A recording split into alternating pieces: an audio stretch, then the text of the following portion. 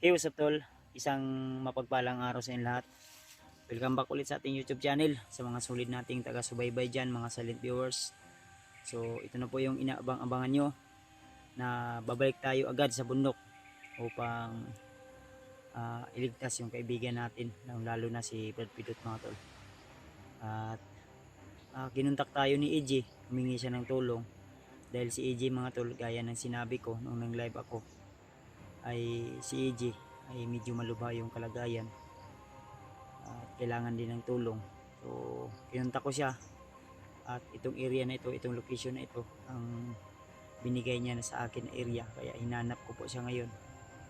At target din natin dito tol sa area na ito kasi nandito rin si Brad Pidot, ay mahanap natin siya dahil may mga bandido na humawak sa kanya ngayon at kapalit ng pera para kay Brad Pidot. Kaya hindi ko man maipangako na mailigtas ko na buhay si Brad Pidot, pero gagawin ko yung lahat ng aking makakaya. Kahit pagod ako, walang maayos na pahinga, ay umakyat ako agad upang tulungan natin yung kaibigan ko. So yung request nyo po na tulungan natin si Bradley, sila Dave, so saka na siguro tol pag matapos ko ng mission dito sa aking kasamahan na si Brad Pidot at si EJ, lalo na si EJ ngayon tol dahil nasagupan niya si Commander Bagnot. So di ako sure kung saan papunta yun si Commander Bagnot dahil nasagupan na daanan siya ni Commander Bagnot si EJ. So huwag tayong kumpiyansa, may aeroplano na dumaan tol. Huwag tayong kumpiyansa dahil ayon doon sa video nila Bradley at Dave na si Commander Bagnot ay papunta daw doon sa sa area kung saan nilagay yung may parang tao sa laban yata to tol.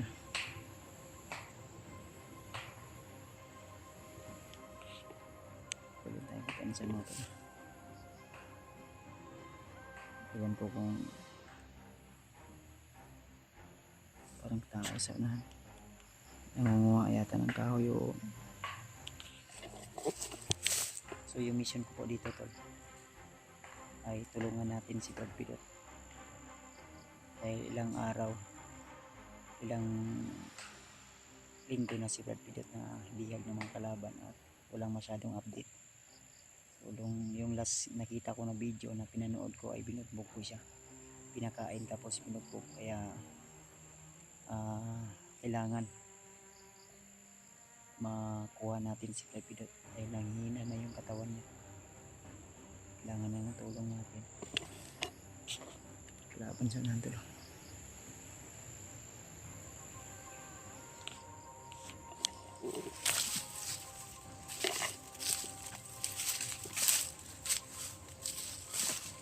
Hindi na mapiansa mga tol.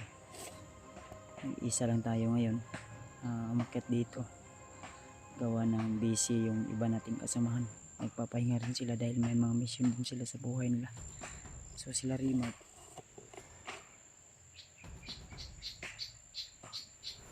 hindi dito.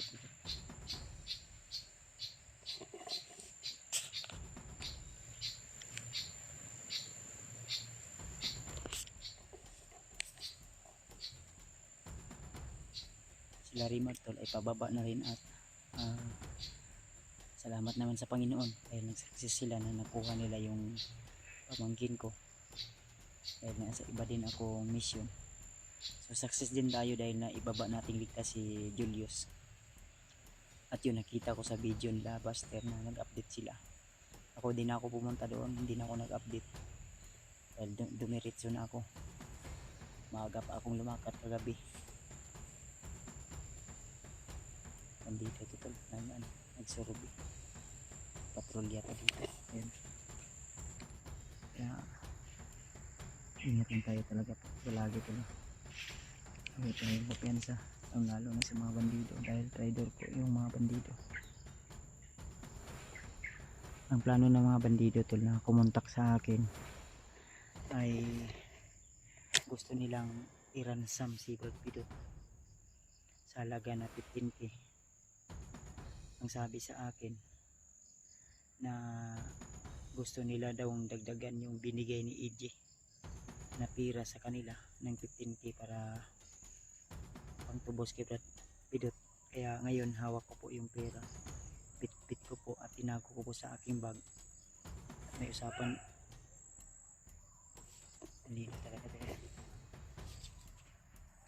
di ako sure kung kasamahan to ng mga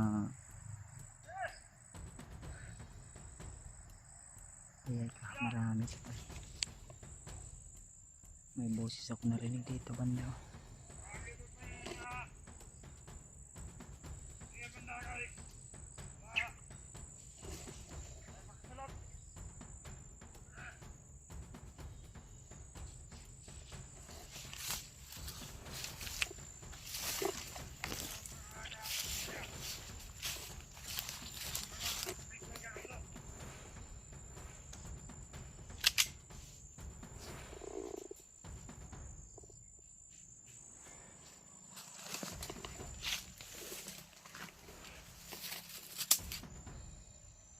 Tagulang muna tayo tara.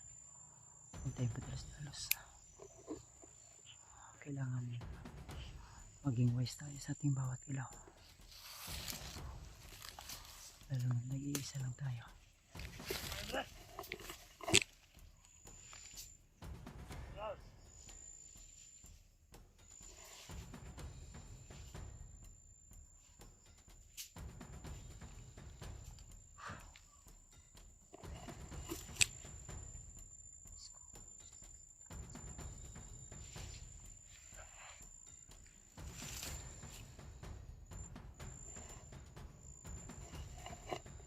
Lagi tayo ng protection sa ating katawan tol. Para din hindi tayo basta-basta makikita nila. Ka. May motor na pumasok ha. Dalawa tapat.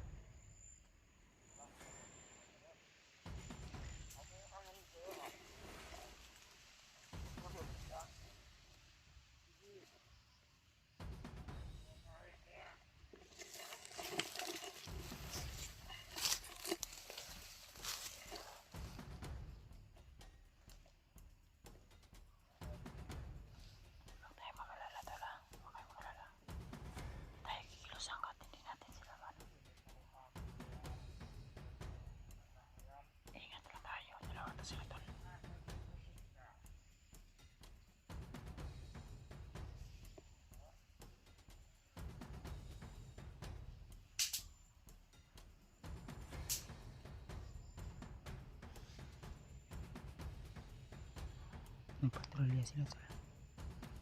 Kailangan talaga mag-ingat tayo, lalong lalo na hawak natin yung pera. May dala tayong tuwera at nang-iisa lang tayo. Shoutout nga pala kay Ate Jenny. Dahil siya po yung nag-abot ng pera para pang ransom kay Brad Pidot. Huwag kang mag-alala ate. Ingatan ko to at hindi ko ito ibibigay sa kanila ng basta-basta. Ingatan ko po yung pera at tiwalaan mo sa akin. Hindi ko ito ibibigay sa kanila hanggat hindi ko hawak si Brad Pidot.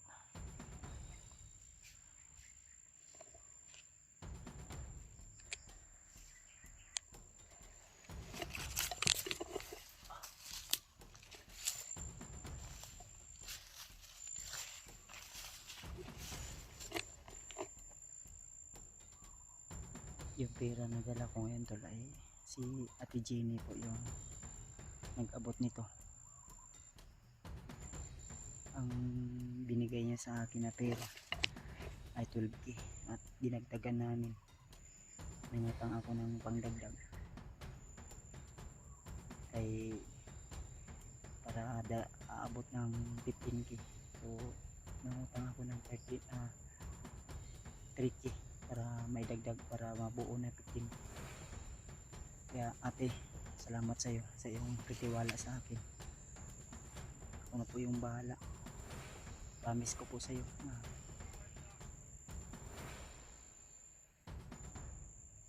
sila sa unahan to.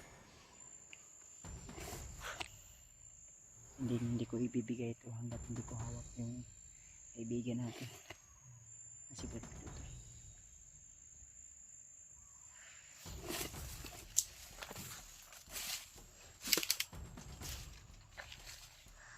Kailangan kong una mahanap si AJ tol. Dahil si AJ humingi ng tulong. Kailangan ko pa yung makontak na nandito na ako sa area. Sabihan ko po yun na nandito na ako sa area.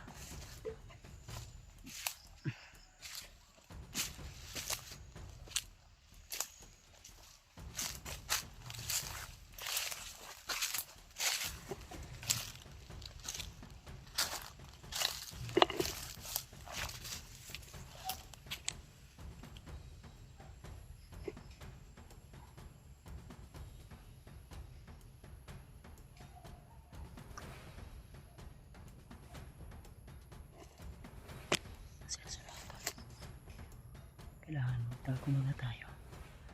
Tayong kumpiyansa.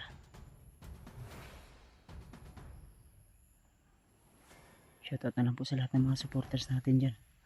Mga silent viewers.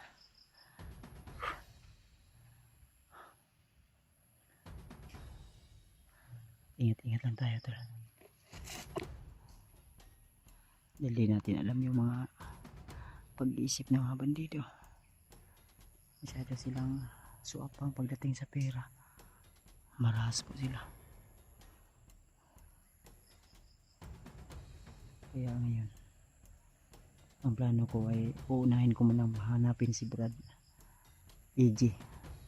Pagkatapos yung nakausap ko ng bandido ay hanapin ko rin, kontakin ko rin kung saan kami magkikita para palit kay Brad Pidot.